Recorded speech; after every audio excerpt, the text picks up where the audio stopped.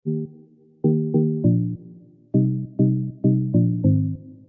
कृष्ण। आप सभी का स्वागत है आचार्य सीरीज में। मैं हूँ श्री चैतन्य चंद्र दास। आज हम बिल्वा मंगल ठाकुर की एक छोटी सी लीला देखेंगे।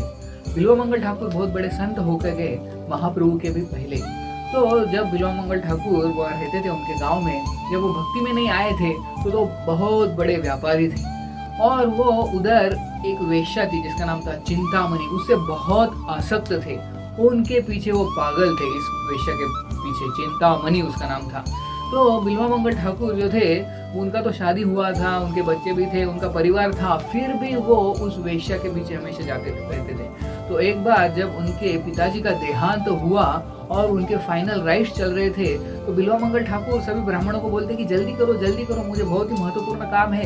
ये पिताजी मेरे गुजर गए ठीक है, लेकिन ये सब सारा जो प्रोसीजर है जल्दी करो। तो वो जल्दी खत्म करके बीच में से ही वो चले जाते हैं और वेश्या को मिलने के लिए। तो बहुत आतुर रहते हैं वेश्या को मिलने के लिए, वेश्या के पीछे पागल रहते हैं। एक दिन क्या होता है, जब वेश्या को मिलने का समय होता है शाम को, वो जब घर से बाहर निकलते हैं तो देखते हैं बहुत बादल छाए हुए और एटमॉस्फेयर जो वातावरण है वो बहुत ही खराब है।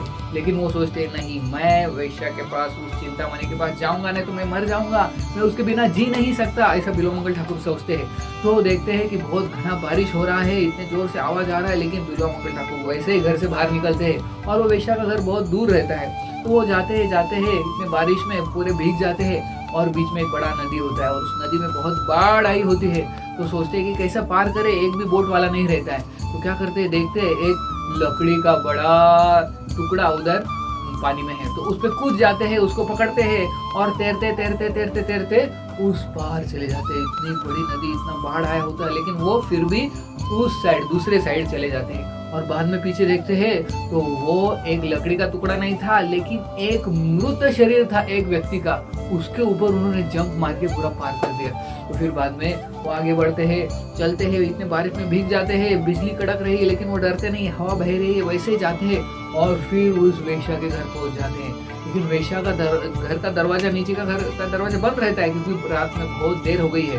और लेकिन फिर वो सोचते क्या करूँ, खटखटाते हैं लेकिन वेश्या खोलती नहीं दरवाजा। तो फिर वो क्या करते हैं, ऊपर एक रस्सी दिखती है उनको, वो रस्सी को पकड़ते हैं और ऊपर चढ़ जाते हैं और वो खिड़की से अंदर कूद जाते हैं। और बाद में देखते हैं वो रस्सी नहीं थी, वो बड़ा सांप था। तो फिर बाद में वेश्या के घर पहुंच जाते हैं, वेश्या उड़ जाती है और सोचते अरे बिल्वा मंगल इतने रात में क्या कर रहे हो, कैसे आए, इतने सारे बारिश में, इतना बाढ़ है नदी को, फिर भी कैसे आए। बिल्वा मंगल बोलते हैं कि मैं तुम्हारे बिना जी नहीं सकता, मैं तुम्हारे पीछे पागल हूँ, मैं तुम्हें बहुत चाहता हूँ। तो जब ये वेश्या सुनती है तो सोचती है कि कितना ये व्यक्ति मेरे पीछे पागल है, ये शरीर के पीछे कितना पागल है। तो वेश्या एक वाक्य उसको बोलती है कि इतना जो मेरे प्रति तुम्हें आकर्षण है, उसका 1% भी आकर्षण अगर तुम्हारा भगवान के प्रति होता तो आज तुम भगवान के धाम जाते, भगवान को कितने प्रिय होते।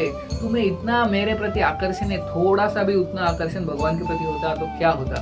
तो वो वाक्य सुन के बिल्वा मंगल ठाकुर के दिमाग में लाइट लग जाता है और वो सोचते हैं कि मैं क्या कर रहा था इतने साल, मैं इस वेश्या से आसक्त हूँ। तुरंत वो सब छोड़ के सोचते हैं अब मैं वृंदावन जाऊंगा, सब छोड़ के।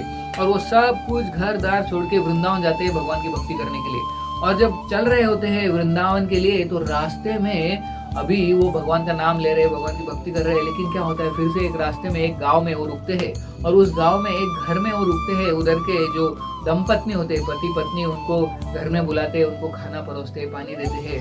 लेकिन उस समय बिल्वा मंगल ठाकुर उस स्त्री से, जो उस व्यक्ति की पत्नी होती है, उसकी तरफ आकर्षित हो जाते हैं और उसका भोग करना चाहते हैं। तो जब बिल्वा मंगल ठाकुर के मन में ऐसा विचार आता है तो वो उस स्त्री से उनके हेयर पिन मांगता है, उस स्त्री के जो बालों में जो पिन लगाई होती है वो मांगता है और उस हेयर पिन से अपनी दोनों आंखें फोड़ लेते हैं। बिल्वा मंगल ठाकुर दोनों आंख निकाल लेते हैं और इतना खून बहता है और बिल्वा मंगल ठाकुर बोलते हैं कि ये आंखें जो है मेरी, वो सिर्फ स्त्री के भोग करने की तरफ जाती है, विषय वासना की तरफ जाती है, इसलिए आंखों का कुछ काम नहीं, इसलिए मैंने इस आंख को निकाल दिया। तो बिल्वा मंगल ठाकुर पूरे अंधे हो जाते हैं और फिर वैसे ही वृंदावन जाते हैं और वृंदावन में जाके भगवान की भक्ति करते हैं, इतनी भक्ति करते हैं कि बाद में भगवान साक्षात उनके सामने प्रकट होते हैं, भगवान श्री कृष्ण। और जो भी कविताएं रचते हैं बिल्वा मंगल ठाकुर, वो भगवान साक्षात सुनते हैं। तो ऐसी भक्ति की बिल्वा मंगल ठाकुर ने, और करीब करीब 700 साल बिल्वा मंगल ठाकुर वृंदावन में रहे। बिल्वा मंगल ठाकुर ने एक ग्रंथ लिखा, उसका नाम है कृष्ण करनामृत, जो महाप्रभु को सातारा में मिला।